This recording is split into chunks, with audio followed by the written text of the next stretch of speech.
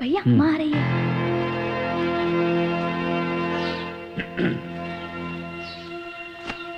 सुन, वो यहाँ किस लिए आया पूछ उससे।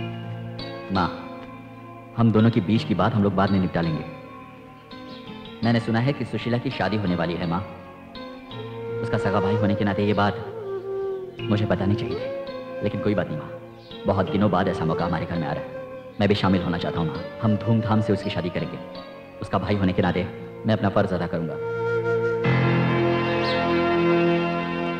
ये कुछ पैसे हैं जो मैंने उसकी शादी के लिए जमा किए थे। इसे ना मत कहना माँ, ये लीजिए। उसे पाल पोस के मैंने बड़ा किया है। उसकी शादी कैसे करनी मैं अच्छी तरह जानती हूँ। एक गुंडे के भरोसे मैं उसकी शादी नहीं करना चाहती। तेरे दिए हुए पैसे से उसकी शादी करने से अच्छा है वो शादी के बिना कुंवारी ही बैठी रहे। वो आपकी बेटी है ये बात मैं समझता हूँ, लेकिन वो मेरी बहन है ये बात आप क्यों नहीं समझती है? एक माँ होकर अपनी बेटी से ऐसी बात करती हो? अपनी बहन के लिए मेरा कोई फर्ज नहीं बनता? चिल्लाओ मत, मैं तुम्हारे चमचों की तरह नहीं जो चिल्लाने से डर जाऊंगी।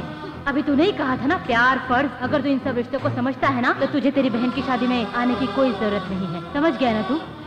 तेरे पैसे लेकर इसकी शादी करने से अच्छा है कि मैं इसकी शादी ही ना। बस हो गया माँ, बहुत हो गया। बहुत बहुत शुक्रिया।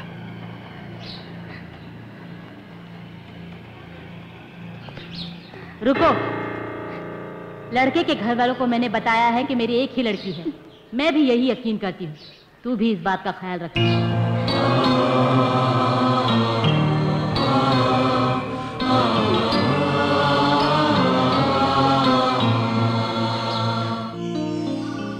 Okay bye.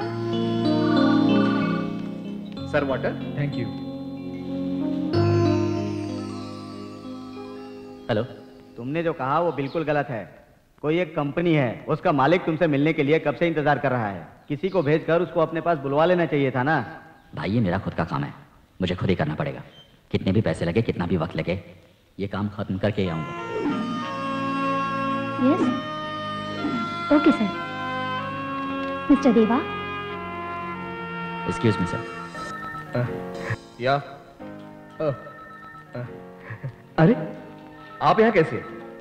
सर आप यहाँ कैसे? ये भी मेरी कंपनी है, अन्यायी आश्रम देवा। मैंने तो कुछ और ही समझा था, मगर यहाँ तो कोई गलत काम हो नहीं रहा है।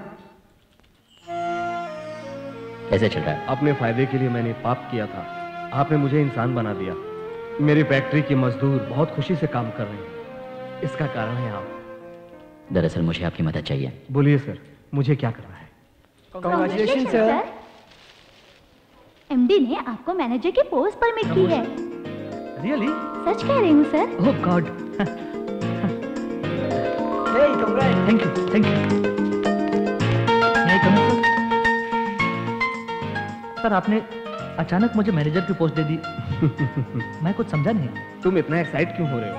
तुम्हारे अंदर इतनी काबिलियत है कि 1 साल बाद में तुम्हें ये पोस्ट देने वाला था, वो आज ही दे दी। नहीं सर, अचानक। क्या कारण है ये मत पूछो। तुम अगर शुक्रिया अदा करना चाहते हो तो मुझे मत करो। देवा नाम का एक आदमी है, उसे शुक्रिया बोलो। सर आज का दिन मेरे लिए सबसे बड़ा खुशी का दिन है। सर एक बात और है, आने वाली 20 तारीख को मेरी शादी है। आप शादी में जरूर आइए और हमें आशीर्वाद दीजिए। Sure my boy.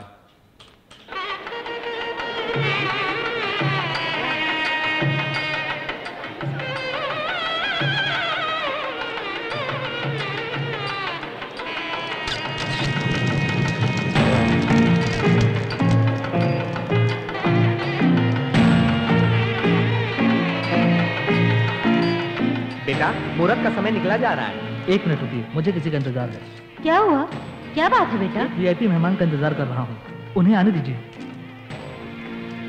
वो कब आएंगे पता नहीं, मुहूर्त का समय बीता जा रहा है। नहीं माँ, वो जब भी आएंगे वही हमारे लिए अच्छा समय होगा। वो आ गए।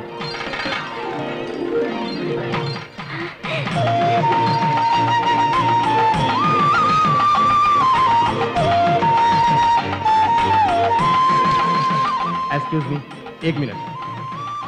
नमस्ते सर, आइए। नमस्ते। हेलो। नमस्ते। आइए। सर कैसे हो दोस्त? क्यों दूल्हे राजा, भाई नहीं आएगा ऐसा सोच रहे थे ना?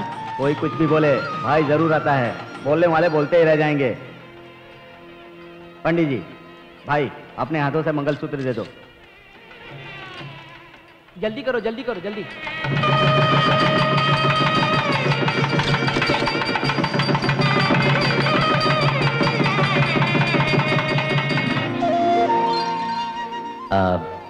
मेरी तरफ से एक छोटा सा तोहफा। Wish you happy marriage. Thank you sir. ए पगली, तू खुश तो है ना? सर, इनसे मिलिए, यह है मेरे मम्मी डैडी। नमस्ते। और यह है मेरी सासू माँ। नमस्ते। इनका नाम देवा है। ये सबकी मदद करते हैं, दिल के बहुत बड़े आदमी हैं। नहीं नहीं, ऐसा कुछ नहीं है, मैं काम आदमी हूँ। ये आपका बड़प्पन है सर। वैसे पूरे शहर में आपका ही नाम है सर। आप मेरी माँ की तरह हो, अपना बेटा समझकर मुझे आशीर्वाद देना।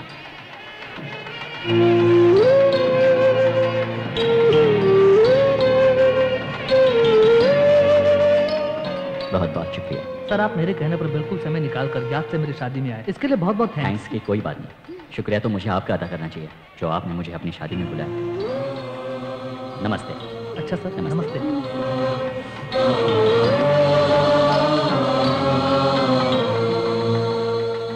भाई, तुम भी मेरे साथ मार्केट आ रहे हो, ये बात का मुझे भरोसा नहीं था। अच्छा, इतना फ्रैंक बात कर रहे हो, धन्यवाद। सुनो, तुम अपनी बहन की शादी में मुझे क्यों नहीं बुलाया? खुद मुझे नहीं बुलाया था। फिर तुम क्यों गए? बुलाया गया। अभी तो कहा था कि नहीं बुलाया। हाँ, नहीं बुलाया था। तुम क्यों कंफ्यूज कर रहे हो? बुलाया था या नहीं? बुलाया था ये भी सही है, नहीं बुलाया था ये भी सही है। मैं समझ गया, तुमने मुझे नहीं बुलाया इसलिए उल्टा पुल्टा बोलकर मुझे कंफ्यूज कर रहे हो। हाँ, अभी भी तुमने सीधी बात की, उसके लिए धन्यवाद। अब मैं भी सीधी बात कर रहा हूँ, आज के बाद मैं तुम्हें कहीं भी बुलाऊं तुम मत आना। इसलिए हम दोनों अलग अलग दिशा में जाएंगे तो ये हम दोनों के लिए अच्छा हो। देखो, अलग अलग दिशा में जाने से मुझे फायदा है, तुझे बिल्कुल फायदा नहीं है। तू जाकर सब्जी खरीद। सब्जी खरीदने का पैसा अपने पैसे से खरीद लेना। हमेशा सीधी बात करता है, आदमी पर भरोसा नहीं रखता और चिल्लाता है। ये क्या खराब अंडा है? ठीक है, चलो अब टमाटर देखते हैं। ये क्या सड़े सड़े टमाटर रखे हुए हो? ये पत्ता गोभी है, ये भी खराब है, ये खाने की चीज लग गई। ये पत्थर है, ये क्या बेचेगा तू? है अब ये नींबू बचा है, इसका क्या? क्या खरीदूं समझ में नहीं आ रहा है। जरा पीछे मुड़कर देख। सब्जी खरीदने आया है ना, तो सिर्फ सब्जी खरीद, सब्जी उठाकर पीछे मत फेंक। अभी जो सब्जी फेंकी वो आपके चेहरे पर लगी, उसी से चोट लगी है क्या? तेरी तो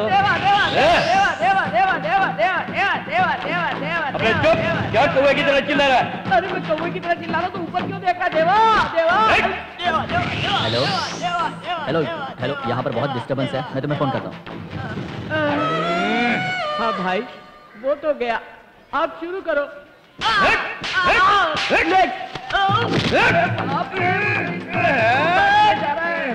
अब तुझे बताता हूँ, किसका एरिया है? ये मेरा एरिया है। अरे रब के अंदर क्यों खड़ा कर दिया? ज्यादा बोल मत।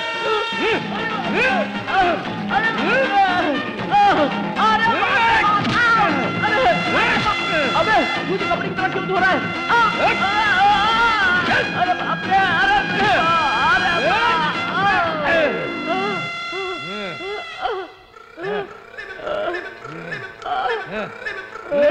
अब दुखते रहे ऐसे ही कपड़े की तरह। पापी लोग पहले मार्केट छोड़ देते थे, लेकिन आजकल कपड़ा सुखाने वाली क्लिप भी लगाकर जाते हो क्या?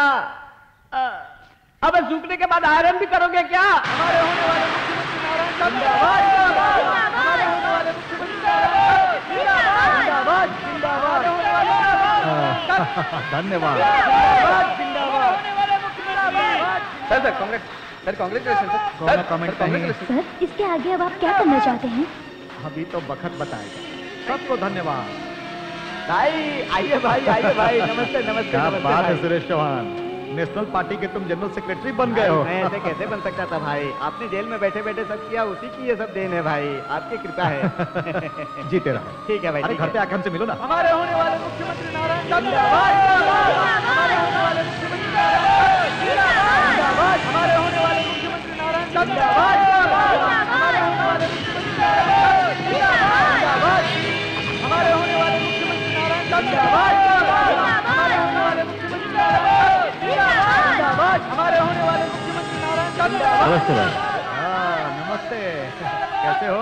हमने सोचा था कि तू हमसे मिलने के लिए जेल में आओगे, लेकिन तुम तो यहीं पे आया हूँ। हम 3 महीना जेल में थे, 3 महीना, एक दिन भी तुम हमसे मिलने नहीं आए। पार्टी का काम ज्यादा था भाई। अरे जानता हूँ, अच्छी तरह से तुम्हें जानता हूँ, बैठो। हाँ नहीं, अरे नहीं, बैठो, नहीं भाई, खाएंगे। नहीं। जेल का खाना खा खाकर जीभ का स्वाद बदल गया है। नहीं भाई, मुझे पहले नहीं इडली खाओ। अरे नहीं बस। हाँ भाई, हाँ, सामर भी बहुत गर्म है। हाँ बस बस हाँ खाओ खाओ। तो सुरेश भाई, तुमने सबको बोल दिया कि तुम्हारे साथ हमारा अच्छा संबंध है। हरामी, तुझको क्या लगा कि हम जेल में है तो हमको कुछ पता नहीं चलेगा?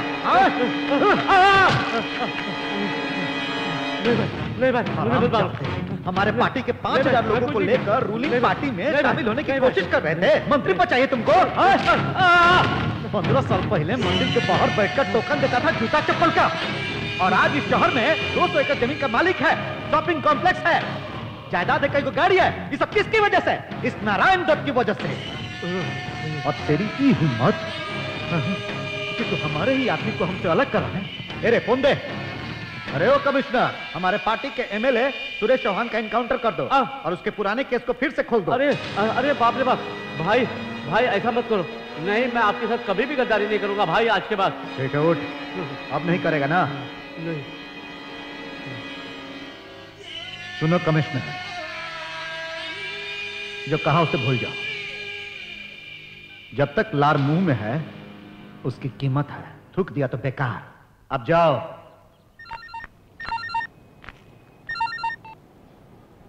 साहब जी, मैं आपके 2 आदमी अटेम्प्ट टू मर्डर केस में अरेस्ट हो गए हैं। तो हमारे आदमी है, जानता है ना? जानता हूं साहब, इनसे दस्तखत देकर अभी छोड़ देता हूं। इन्फॉर्मेशन देने के लिए मैंने फोन किया। अच्छा ठीक है, अब जल्दी उनको छोड़ दो। फोन रखो। तुझे क्या चाहिए? कल आया था, आपने आज आने के लिए कहा था, इसलिए आया हूँ। क्या मैं सिर्फ तुम्हारे परिवार के लिए इसमें हूँ? 4 commissioner, 6 police station, 8 inspector, 14 sub inspector और 32 कांस्टेबल, 15 एरिया और 150 केस दिमाग में चल रहा है, समझे? बैठो। अरे भाई, तुम्हारी समस्या क्या है? अगर मेरी लड़की जिंदा रहती तो आज 18 साल की होती। 3 साल पहले एक अमीरजादे ने मेरी बेटी की इज्जत लूटकर मेरे आंखों के सामने उसे बड़ी बेरहमी से मार दिया। अरे फ्लैशबैक में मत जाओ, सीधा मुद्दे पर आओ। आपने उसको अरेस्ट किया था, मुझे न्याय देने का वादा भी किया था, लेकिन वो 3 दिन के अंदर छूट गया मेरी बेटी के केस में। उसका इस केस से कोई संबंध नहीं है, ये बताकर आपने छोड़ दिया उसे। मैं आपसे अपनी बेटी वापस नहीं मांग रहा हूँ, उसकी जान के बदले न्याय चाहिए। वो पैसे वाले का बेटा है, पैसा देकर बाहर आ गया। तूने अपने आप को बड़ा समझकर केस किया था ना? अगर तू मेरी बात मान लेता तो कॉम्प्रोमाइज करवाकर तुझे कुछ पैसे दिलवा देता। अभी मैं तुम्हारे लिए कुछ भी नहीं कर सकता। मुझे बहुत सारे काम है। आपने मुझे क्यों बुलाया? तू अभी रुक जा, लगता है साहब को जल्दी है, कहीं जाना है। और देखो, शहर के 3 गुंडों को इनकाउंटर में खत्म करने के लिए कमिश्नर ऑफिस से आया है ये लिस्ट। अभी इसमें तेरा नाम नहीं है, इसे खुश मत होना। अभी नहीं है, बाद में आएगा, ये बताने के लिए तुझे बुलाया है। और कुछ बोलना है? रोक दो, सबको रोक दो। गवाह नहीं है ये मत सोचना, पैदा करवाऊंगा। 10 पागलों को आश्रम में रखकर आश्रम चलाने से कोई अच्छा आदमी नहीं बन जाता। वहां अभी तो कोई पागल नहीं है, लेकिन बिल्कुल हो सकता है। कहो तो आपका एडमिशन करवा दूं? साहब जी, मुझे इसी वक्त जवाब चाहिए। जब तक मेरी जान में जान है, मैं आखिरी सांस तक न्याय के लिए लड़ूंगा और लड़ता ही रहूंगा। बाहर जाके लड़ो।